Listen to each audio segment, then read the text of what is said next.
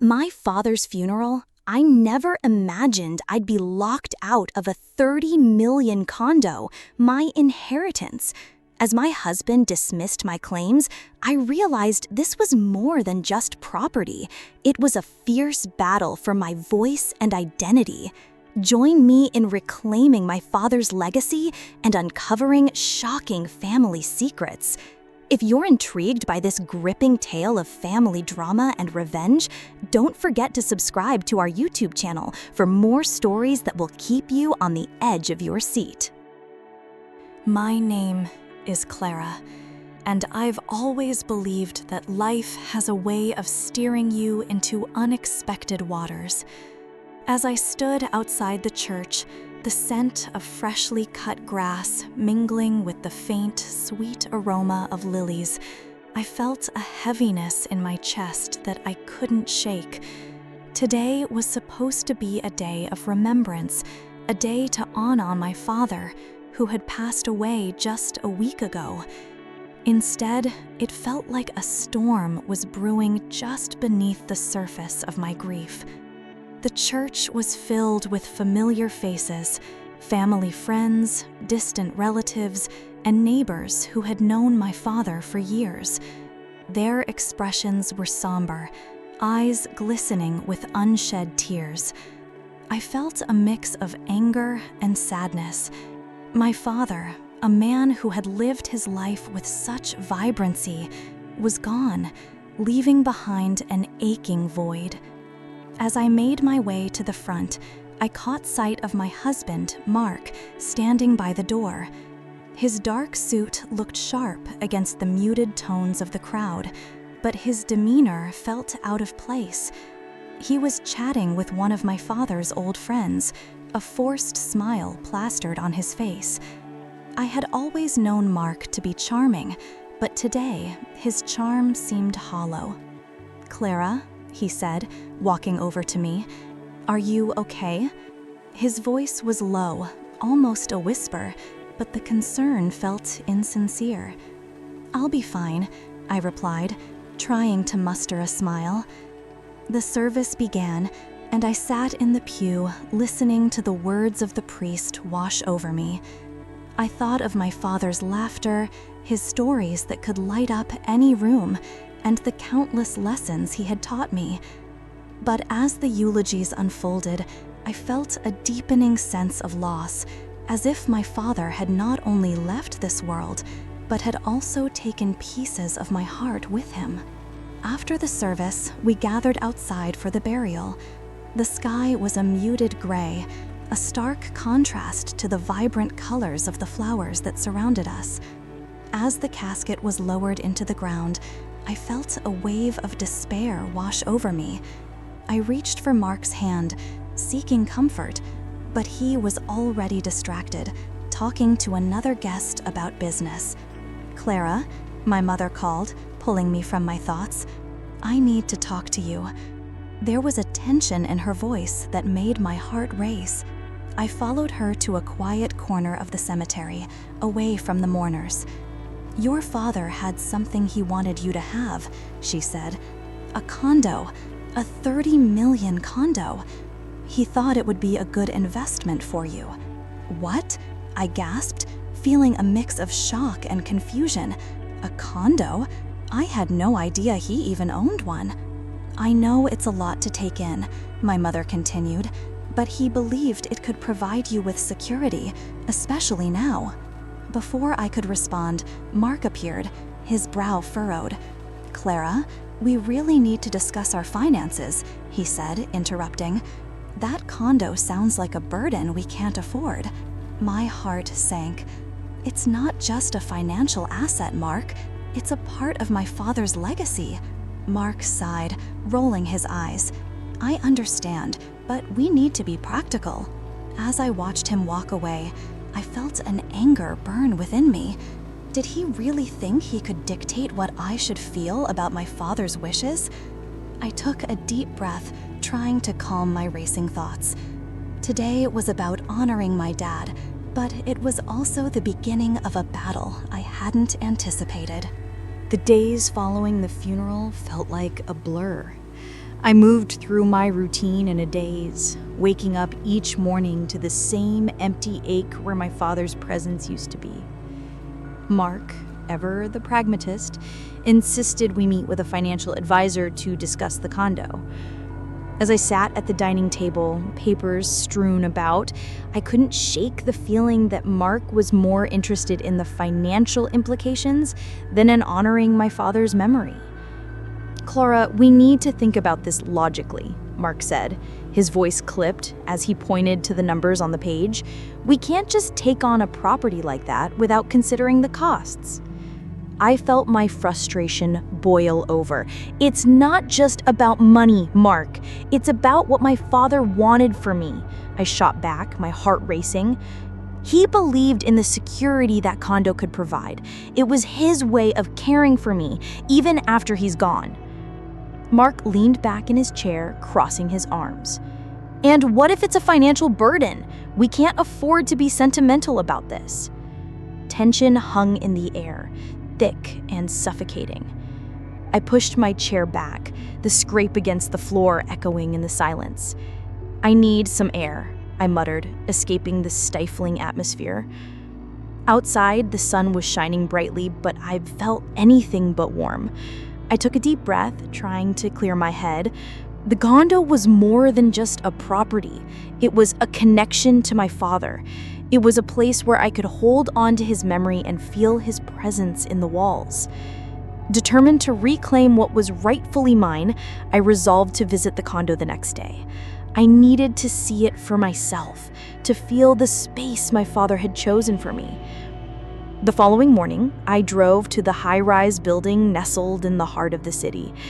As I parked, the towering structure loomed before me, its glass facade reflecting the bright blue sky. I felt a flutter of excitement, mixed with anxiety as I approached the entrance. When I stepped inside, the luxurious lobby took my breath away. Gleaming marble floors, elegant chandeliers, and a breathtaking view of the skyline greeted me. This was my father's gift, a glimpse into a life he had envisioned for me. But as I made my way to the elevator, I was met by a security guard who eyed me suspiciously. "Can I help you?"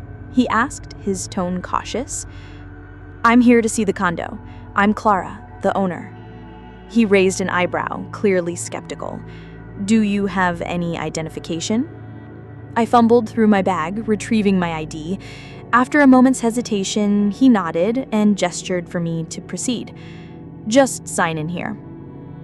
The elevator doors shut, and as I ascended, my pulse quickened.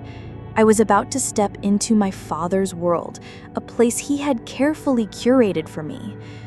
When the doors opened, I was met by a long hallway lined with artwork, each piece whispering stories of elegance and sophistication. As I approached the door to my condo, I could feel my heart racing. I inserted the key, and with a click, the door swung open. The sight before me was breathtaking. The spacious living area flooded with natural light, the sleek kitchen that gleamed with modern appliances, and the balcony that promised stunning views of the city. But as I stepped inside, I heard a familiar voice behind me. "What are you doing here, Clara?" I turned to see Mark standing in the doorway, his expression a mix of disbelief and irritation. "I thought I'd told you not to come here without discussing it first." Locking me out of my own home wasn't part of the plan, Mark. I need to be here. This is my father's legacy. Mark stepped closer, his demeanor shifting. "Clara, this isn't about you. It's about us. We can't afford this place, and I won't let you throw away our future." "Throw away? You're the one who doesn't understand what this means to me," I shot back, feeling the walls close in around me. "You've always put your ambitions before my family. It's time you recognize what I need." With a frustrated sigh, Mark turned and stormed out of the condo, leaving me alone in the quiet sanctuary that my father had left behind. I felt a mix of relief and anger. I had finally entered my father's world, but at what cost? As I looked out over the city from the balcony, I realized this was just the beginning of a battle, not just for the condo, but for my own voice and identity. The days passed in a haze of tension and uncertainty. Each time I returned to the condo, I felt more at home. I spent hours wandering through the rooms, imagining the memories I would create here. But the unease with Mark lingered like a shadow, always just behind me. He had been increasingly distant, and I could sense the growing divide between us. One morning, I decided it was time to confront the reality of my father's will. I reached out to the attorney who had managed my father's affairs, eager to understand what he had left behind. The meeting was scheduled for the following afternoon. As I drove to the law office, my mind raced. I was determined to find clarity, to understand the extent of my father's intentions. The sleek building loomed ahead, its glass windows reflecting the bright sunlight. I parked and took a deep breath, steeling myself for whatever news awaited me inside. Inside the office, I was greeted by Mr. Thompson, my father's attorney. He was an older man with kind eyes that sparkled behind thin glasses. He gestured for me to sit as he shuffled through a stack of papers. "Thank you for coming in, Clara," he said, his voice calm and reassuring. "I have the will here, and I think it's important for you to understand your father's wishes." I nodded, my heart pounding in my chest. What did he say about the condo? Mr. Thompson smiled gently. "Your father specifically mentioned the condo in his will. He wanted to ensure it was passed to you as a safe haven, a place for you to find solace and grow." Tears welled in my eyes as I listened. He really wanted me to have it. I didn't understand before. I thought it was just a financial burden. "He believed you deserved a space to thrive, especially after everything you've been through," Mr. Thompson continued, his tone compassionate. "He wanted you to have a place to call your own, a legacy that you could cherish." As he continued explaining the other provisions of the will, I felt a surge of determination. My father's words were clear. He had entrusted me with this condo, and I was not going to let Mark's doubts take that away from me. "Is there anything else I should know?" I asked, my voice steady. Mr. Thompson hesitated for a moment, then leaned forward. "Your father also mentioned a family meeting to discuss the future of the condo. He wanted you and your brother, James, to be involved. It's important to him that you both have a say in keeping this legacy alive." James? I felt a pang of nostalgia. It had been years since I last saw my brother. His decision to leave home had created a rift between us, but now it seemed like our father had a plan to bridge that gap. "Would you like me to arrange for him to join us?" Mr. Thompson asked, sensing my hesitation. "Yes, please," I replied, my mind racing with possibilities. "I think it's time we talked." After leaving the office, I felt a renewed sense of purpose. My father had given me a gift, and I was determined to honor it. I knew I needed to reach out to James, to reconnect and understand his perspective on our father's legacy. Later that evening, I scrolled through my contacts until I found James's number. My heart raced as I pressed call. It rang once, twice, and then I heard his familiar voice. "Clara, is that you?" he answered, a hint of surprise in his tone. "James, it's been too long. I wanted to talk to you about Dad and the condo." There was a pause on the other end, and I could almost hear him processing the news. "The condo? I had no idea he left you anything." "Yeah, it's a lot to take in. I just found out. Can we meet? I think it's important for both of us to discuss what Dad wanted." "Sure," he replied, his tone softening. "I'll come over tomorrow." As I hung up, I felt a sense of hope. My father had given me a gift, and I was determined to honor it. I knew I needed to reach out to James, to reconnect and understand his perspective on our father's legacy. Later that evening, I scrolled through my contacts until I found James's number. My heart raced as I pressed call. It rang once, twice, and then I heard his familiar voice. "Clara, is that you?" he answered, a hint of surprise in his tone. "James, it's been too long.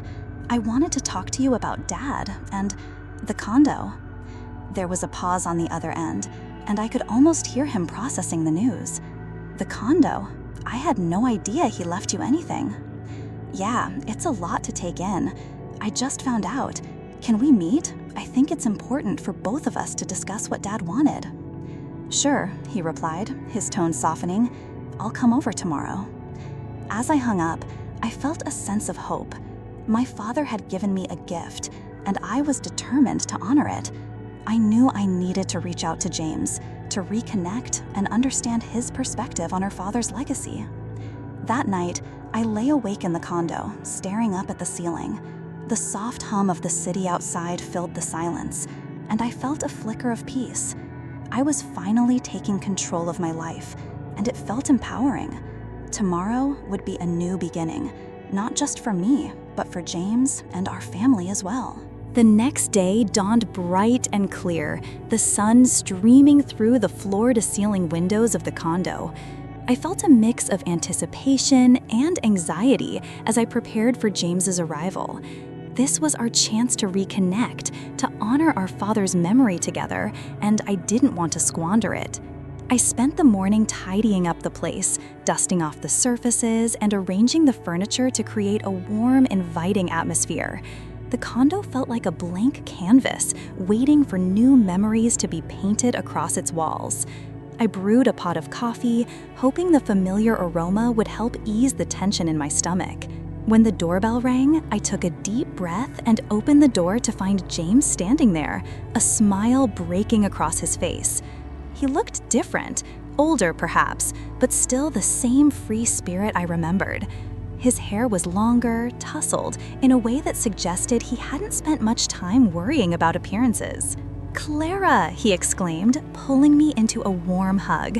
"You too," I replied, stepping back to take him in. "Come in."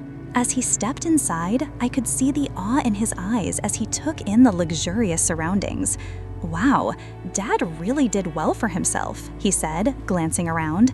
"This place is incredible." "It's complicated," I admitted, leading him to the living room. We settled onto the plush sofa, the weight of unspoken words hanging between us. I poured us each a cup of coffee, my hands slightly shaking as I handed him a mug. "I wanted to talk about the condo and what Dad left for us," I said, trying to gauge his response. James took a sip, his gaze thoughtful. "I can't believe he left you this place. It seems so out of character for him." "Why do you say that?" I asked, curious about his perspective. "Well, he always had a complicated relationship with material things," he replied, leaning back. "But he loved you, Clara. He wanted you to have something that felt like home." The mention of home struck a chord in me. It was a reminder of all the times I had longed for my father's approval, for a connection that had frayed over the years. "He wanted us to have a family meeting about it," I shared, hoping to draw him in. James nodded, a flicker of understanding passing between us. "That makes sense. He always in family, even if it didn't always feel that way." As we talked, the conversation flowed more easily than I had anticipated. We reminisced about our childhood, the shared laughter that filled our home, and the moments that had defined our relationship. I found myself laughing at his stories, the bond between us rekindling with each shared memory. But soon, the conversation took a more serious turn. "What are you planning to do with the condo?" James asked, his expression shifting to one of concern. "I want to keep it," I declared, feeling the weight of my resolve. "I want to turn it into a place where we can honor Dad's memory and maybe even invite the family over. It could be a gathering space, a way to reconnect." James's brow furrowed. "But what about Mark? How does he feel about all this?"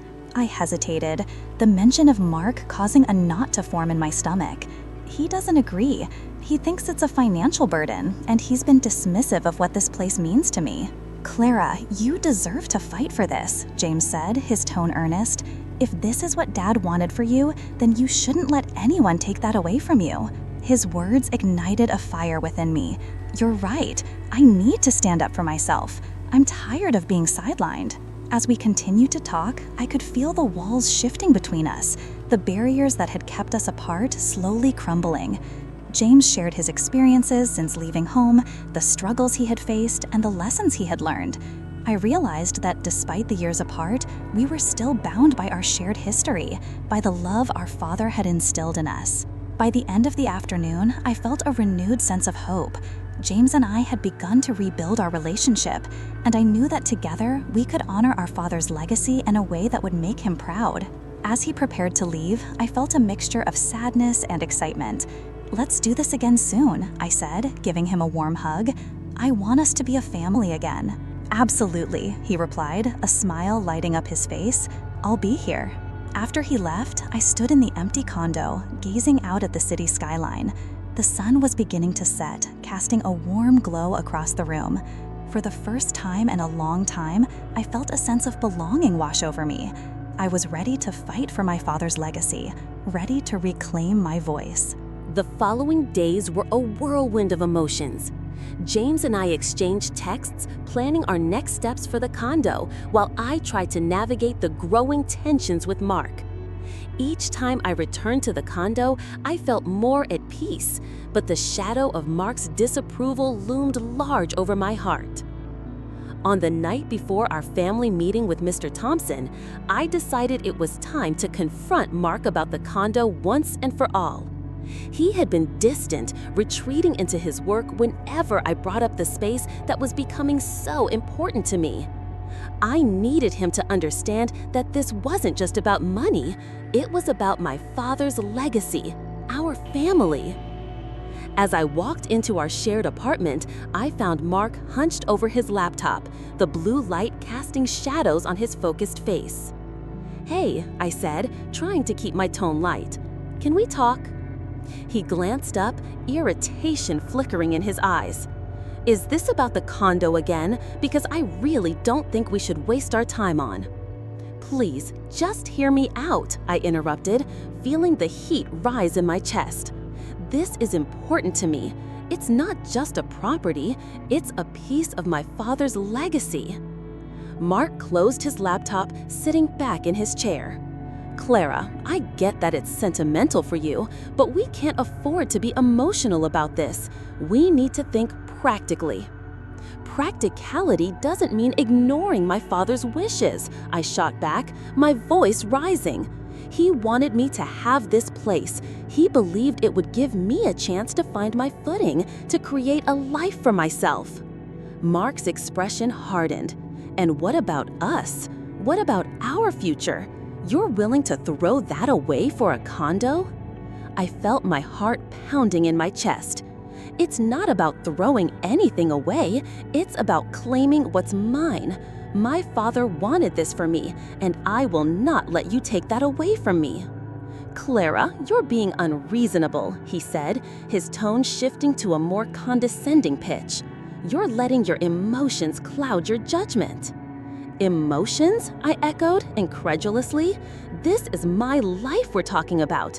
My father is gone, and I'm trying to hold on to what he left behind." "Maybe you should consider the bigger picture," Mark insisted, his voice rising as well. "You're not thinking about the long-term consequences of this. You're not just responsible for yourself anymore. You're part of a partnership now." "Partnership? Is that what you call it when you dismiss my feelings and my father's wishes?" I felt tears brimming in my eyes, but I refused to let them fall. "I need you to support me, Mark. I need you to understand why this matters." He ran a hand through his hair, frustration evident on his face. "I'm trying to look out for us, Clara, but if you want to go down this path, you're going to do it without me." His words struck me like a blow. I realized then that Mark and I were standing on opposite sides of a chasm, one that I hadn't fully grasped until this moment. "Maybe that's what I need," I said, my voice barely above a whisper. "Maybe I need to figure this out on my own." Mark stared at me, his expression a mix of disbelief and hurt. "So, that's it? You're just going to walk away?" "I'm not walking away from you, I'm walking towards something that matters to me," I replied, feeling a surge of determination. "I'm reclaiming my voice, my power. If you can't support me in that, then maybe we're not meant to be. With that, I turned and walked out, leaving Mark standing in the dimly lit room, the weight of my words hanging in the air. I felt a mixture of sadness and liberation. The confrontation had been difficult, but it had also been necessary. I was finally standing up for myself, ready to embrace the legacy my father had left me. That night, as I lay in bed, I couldn't shake the feeling of uncertainty. The meeting with Mr. Thompson loomed on the horizon, and I knew it would be a pivotal moment for me and my family. I had reached out to James, and he was fully on board with honoring our father's wishes, but now I had to navigate this new reality with Mark, one that felt increasingly fragile. The day of the family meeting arrived, and I felt a mix of excitement and anxiety as I prepared to meet with Mr. Thompson and James at the condo. I wanted this to be a turning point, a moment where we could honor our father's memory and solidify our bond as siblings. As I stood in the living room, I took a moment to breathe in the space. My father's laughter seemed to echo off the walls, and I felt his presence surrounding me. I set the dining table with coffee and pastries, hoping to create a warm atmosphere. The aroma of fresh coffee filled the air, mingling with the subtle scent of the city outside. I wanted this meeting to be a celebration of our father's life, not just a discussion about finances. When James arrived, he walked through the door with an energy that felt contagious. "This place is incredible, Clara," he said, looking around in awe. "I can see why Dad wanted you to have it." "Thanks," I replied, feeling a surge of pride. "I hope we can make it a special place for our family." As we settled in, Mr. Thompson arrived, carrying a briefcase that seemed to hold more than just legal documents. "Good to see you both," he greeted us with a warm smile, his presence instantly calming my nerves. "I know this is a difficult time, but it's important that we honor your father's wishes today." With that, we began discussing the details of the will. Mr. Thompson laid out the plans for the condo, explaining how my father had envisioned it as a gathering place for family and friends. He emphasized that it was meant to be a sanctuary, a place of healing and connection. As he spoke, I could see James's eyes light up. "This is exactly what we need," he said, enthusiasm spilling from him. "We can turn this place into a home for our family, a place where we can all come together." I nodded in agreement, feeling a sense of unity forming between us. "And we can make it a tribute to Dad. We can fill it with memories, stories, and everything he cherished." Mr. Thompson smiled, pleased with our enthusiasm. "That's the spirit your father wanted to see. He envisioned this condo as a legacy, and it's up to you two to carry that forward." As the meeting progressed, I felt a sense of clarity wash over me. This wasn't just about the condo. It was about reclaiming our family bond and creating a space that would honor our father's memory. Each decision we made felt like a step toward healing, a way to mend the rifts that had formed over the years. But as we wrapped up the meeting, I felt a familiar pang of anxiety.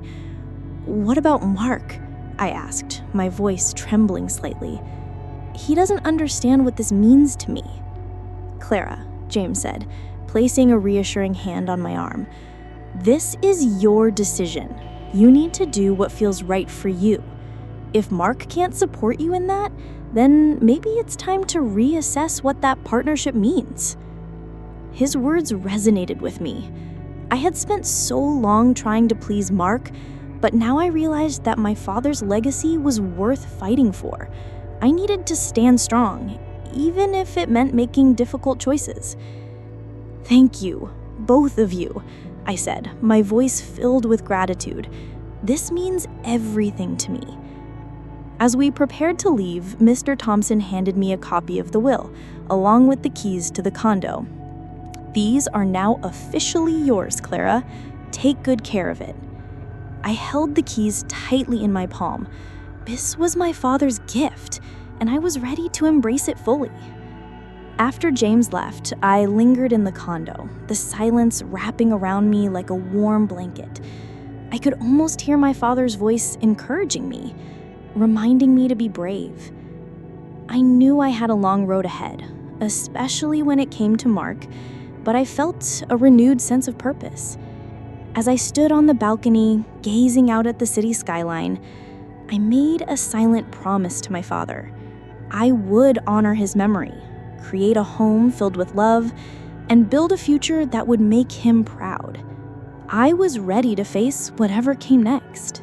The days following the family meeting felt like a whirlwind of activity. James and I dove headfirst into planning how to transform the condo into a vibrant gathering space filled with memories and the spirit of our father. We made lists of ideas, family photos to hang, furniture to buy, and even plans for a family reunion to celebrate our father's life.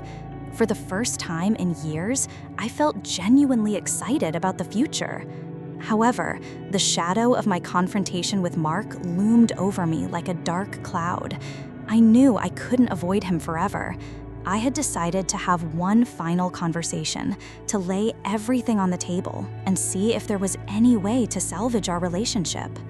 One evening, I came home to find Mark sitting on the couch, his expression unreadable. The air was thick with tension. "We need to talk," he said, his tone serious.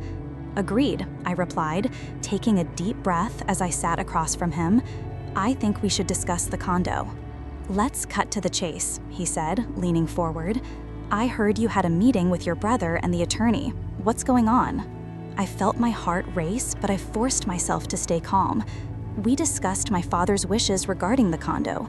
He wanted me to have it, Mark, and James is fully on board with making it a family space." Mark's jaw tightened. "And what about us?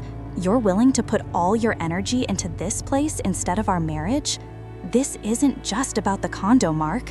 It's about my father's legacy and what he wanted for me," I explained, frustration bubbling beneath the surface. "I need to honor his memory, and I thought you would understand that." "Understand? You're choosing a building over our life together?" he shot back, his voice rising. "This isn't about honoring your father. It's about you trying to escape from reality." I felt a surge of anger. "You don't get to decide how I honor my father, Mark. You've been dismissive of my feelings for too long. I'm not asking for your permission. I'm claiming what is rightfully mine." Mark shook his head, incredulous. "You really think you can do this without consequences? You're isolating yourself from me and our plans. If you go through with this, I don't know how we'll move forward." His words struck me hard. I had to face the reality that my decision to embrace my father's legacy could lead to the end of my marriage. But I also realized that I had already been isolated in this relationship. I had been sacrificing my own identity to keep the peace. "I can't keep living for you, Mark," I said, my voice steady. "I need to find my own path, even if it means standing alone. If you can't support me in this, then maybe we need to rethink our future together." Silence filled the room, heavy and suffocating. I could see the hurt in his eyes, but I also sensed a flicker of realization. "Clara, I don't want to lose you," he said, softly, his voice breaking. "Then you need to understand that I won't be sidelined anymore," I replied, my heart aching. "I'm reclaiming my voice, my life. I hope you can be part of it, but I can't force you to change your mind." Mark looked down, his expression conflicted. "I just don't want to see you make a mistake." "I'm willing to take that risk," I said, feeling resolute. "It's a risk I need to take for myself." With that, I stood up, feeling both empowered and heartbroken. I had laid my truth bare before Mark, and now it was up to him to decide how he would respond. I walked out onto the balcony, staring out at the city below, my heart racing as I contemplated the uncertainty of my future. Later that night, I lay in bed, staring at the ceiling, my mind racing. I had fought for my right to claim my father's legacy, but it had come at a great cost. I didn't know what tomorrow would bring, but I felt a sense of freedom mingled with fear. As I drifted off to sleep, I made a silent promise to myself. No matter what happened with Mark, I would honor my father's memory and create a space filled with love, laughter, and connection. I was ready to embrace whatever came next. The morning sun filtered through the curtains, bathing the condo in a warm glow. As I stepped out onto the balcony, I took a deep breath, embracing the fresh air and the vibrancy of the city below. Today was a new day, and I was determined to move forward no matter the outcome of my conversations with Mark. James arrived shortly after, his energy infectious. "I've been thinking about how we can make the condo more personal," he said, stepping inside with a smile. "What if we create a wall of family memories? We could hang photos from our childhood, moments with Dad. It would be a great way to celebrate him." "That sounds perfect," I exclaimed, feeling a rush of excitement. "We can start collecting photos from everyone in the family. It'll be a tribute to his life and the love he shared with us." As we began brainstorming, I felt a renewed sense of purpose. This condo was no longer just a property. It was a canvas for our family's history, a space where we could honor our father's legacy and strengthen our bond as siblings. But as the day wore on, I couldn't shake the nagging worry about Mark. I knew I had to make a decision about our future, and I couldn't postpone it any longer. After James left for the evening, I sat on the couch, contemplating how to approach the conversation with Mark.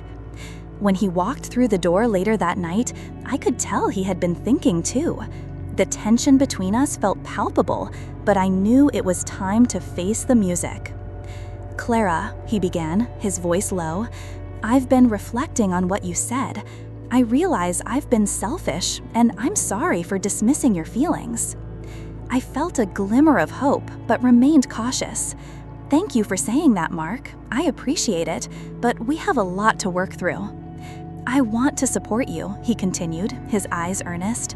"I was wrong to think that the condo was just a financial burden. Your father's wishes are important, and I want to help you honor them." "Then let's do this together," I said, feeling a mix of relief and uncertainty.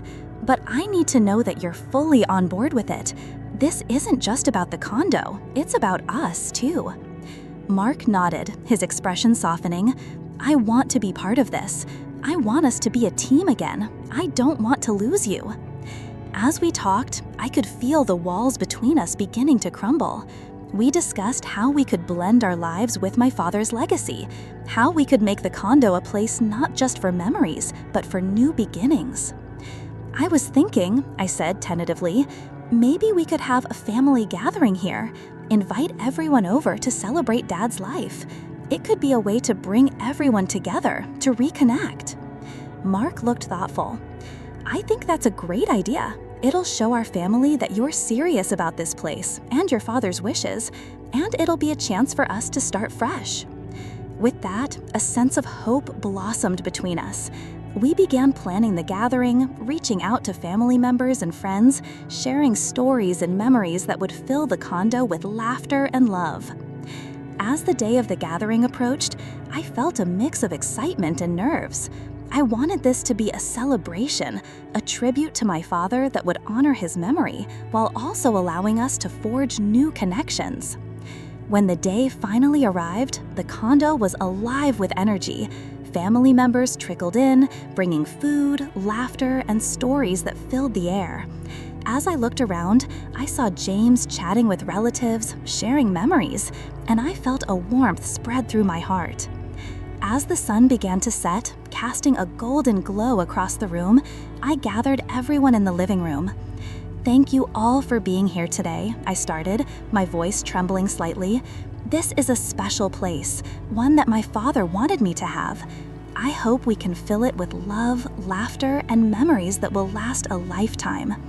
I glanced at Mark, who stood beside me, his presence a comforting anchor. I could see his support reflected in his eyes. Together, we were creating a new chapter, one that honored the past while embracing the future.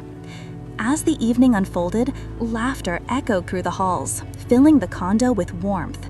Stories flowed freely, and I felt my father's spirit alive in the room. I knew he would be proud, watching us come together as a family. In that moment, I felt a deep sense of fulfillment. I was no longer just Clara, the daughter grieving her father. I was Clara, the woman reclaiming her voice, her legacy, and her place in the world. The condo had transformed from a mere property into a sanctuary of love and connection. I realized that while life would always have its challenges, I was ready to face them, surrounded by family, supported by love, and honoring my father's memory every step of the way.